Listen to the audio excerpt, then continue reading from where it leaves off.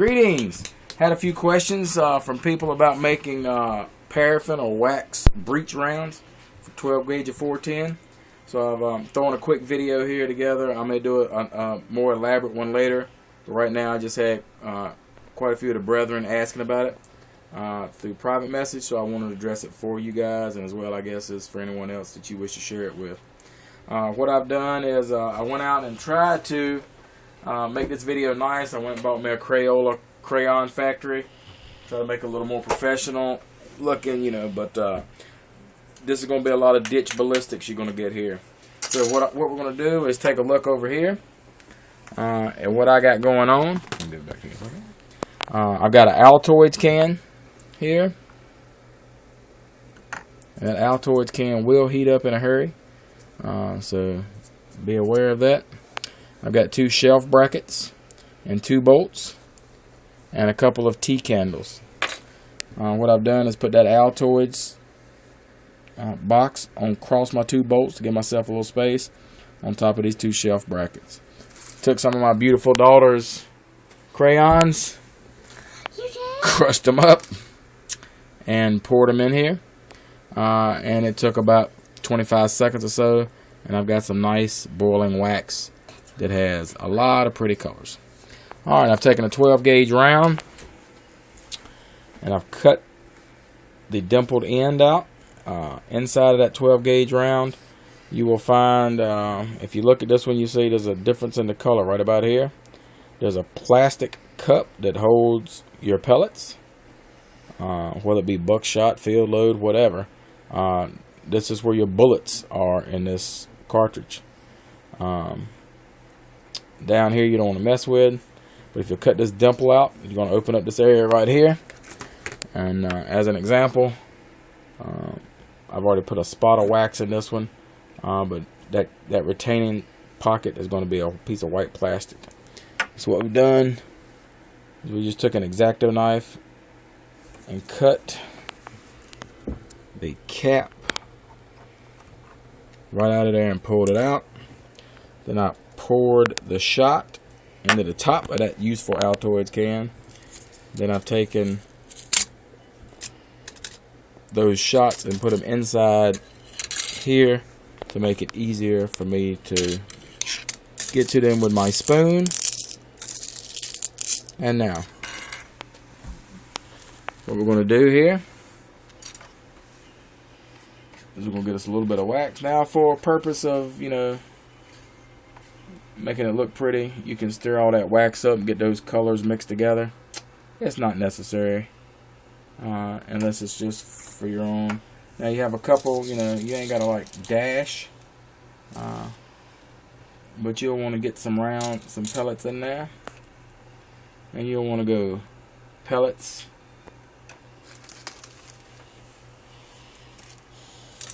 pellet wax, pellets wax. Pellets wax, pellets wax, pellets wax. When you start seeing pellets not submerged in the wax, it's time to add a little more wax. In an ideal world, you're going to wind up with not very much wax and quite a bit of pellets. You know, physics will let you know you're not going to fit all the pellets back in there, you know, because you're putting more material. Are you shining on this trim? Okay. Alright. Once you get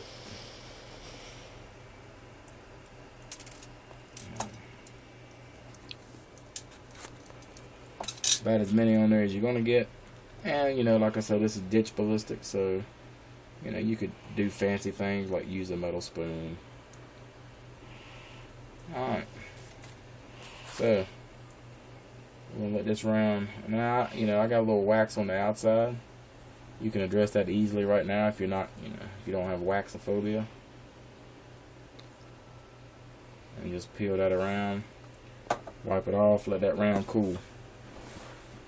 Now, what are you gonna do with this breech round?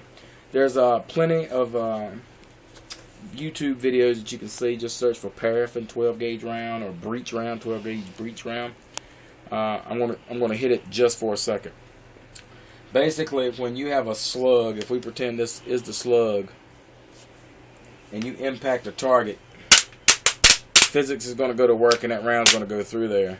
If you use double-aught buck or a 3-inch slug or a nitro magnum round, it's going to have enough force, it's going to tear into and out of your target, because your whatever you impact is not going to have a sufficient mass to make that round break apart and diffuse. So when you use a wax or paraffin breech round, that round is going to come in and impact, and that wax does not have the structural integrity to hold its shape and pass through.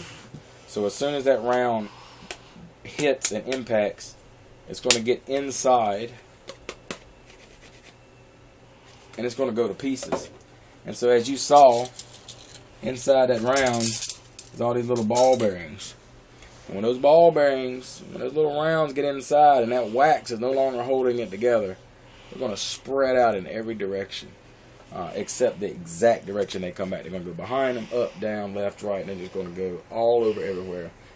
100% of the energy that impacts that target is going to diffuse on the inside of that target.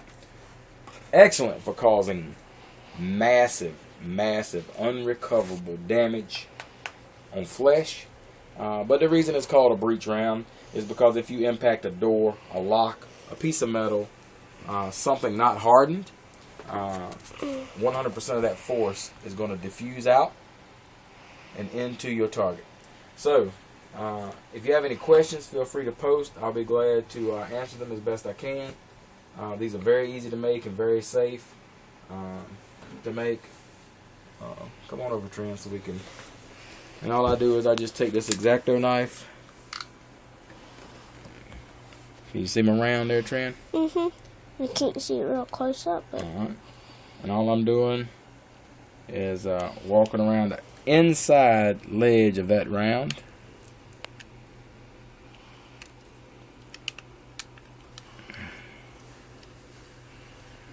Inside ledge.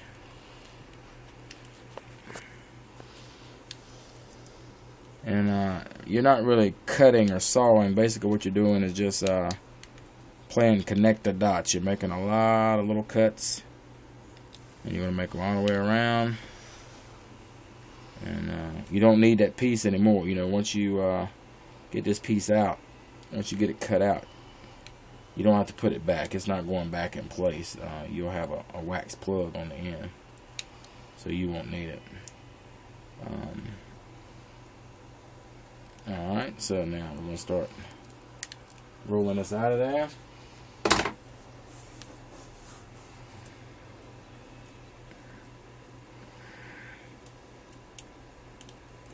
Once you roll it out, you may see that you missed a spot. No need to get upset about it. Take it. Get that off of there. Pour your shot out. Now, what you will want to do,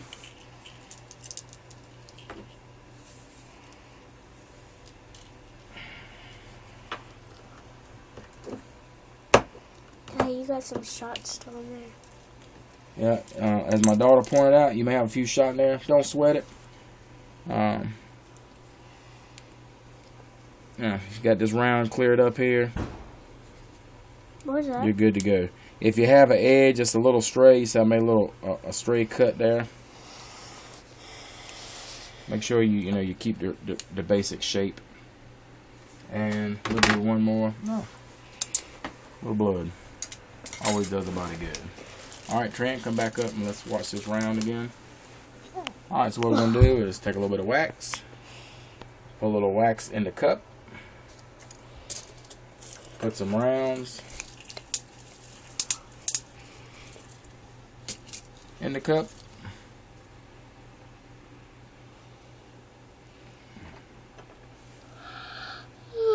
As soon as you see that the wax is overtaking your bearings, stop with the wax, go back to your shot. some tapping. You need to do some tapping. Alright, once you got a sufficient number of shot in there. Alright, now you just saw me make a mistake that you're gonna make. So I guess it's good that I made it. As I poured the last cap of the wax in, we had a bead run down. I've seen some people do this where they freak out and they, go to wiping and rubbing and, whatever. I don't do it that way. If you just wait just a second, you see that wax pops right off there. You do need to wait a little bit longer than I just did, because what you have to wait is for this wax up here to seal. Is the video done? Once you have some practice, it should take you no more than about 35 seconds or so. Maybe a minute if you don't want to cut yourself, but about 35 seconds to take this from a regular load back to a breech round.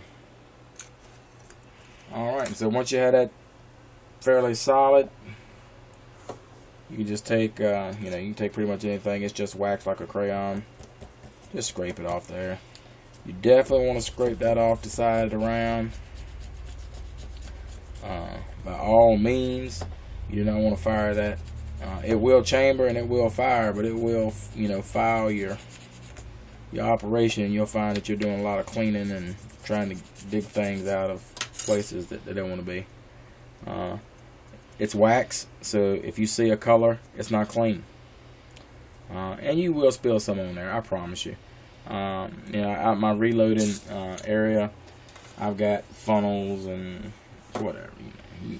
You can take it to the tens, but if you spill a little wax. All right, so this round here is done, completed. I call that one kind of a sloppy one, because if you look, the bearings are protruding out the end. That's going to affect you at some distance. This other one here, very smooth, and so you can be accurate with these up to about 75 feet, 50 feet, and at 50 to 75 feet, you got 6-10 inches worth of variable. They're very accurate until they impact something, so you obviously can't shoot something behind cover, that sort of thing. They're meant for ultra short range, opening doors, and opening folks. Alright, that concludes my video. I've got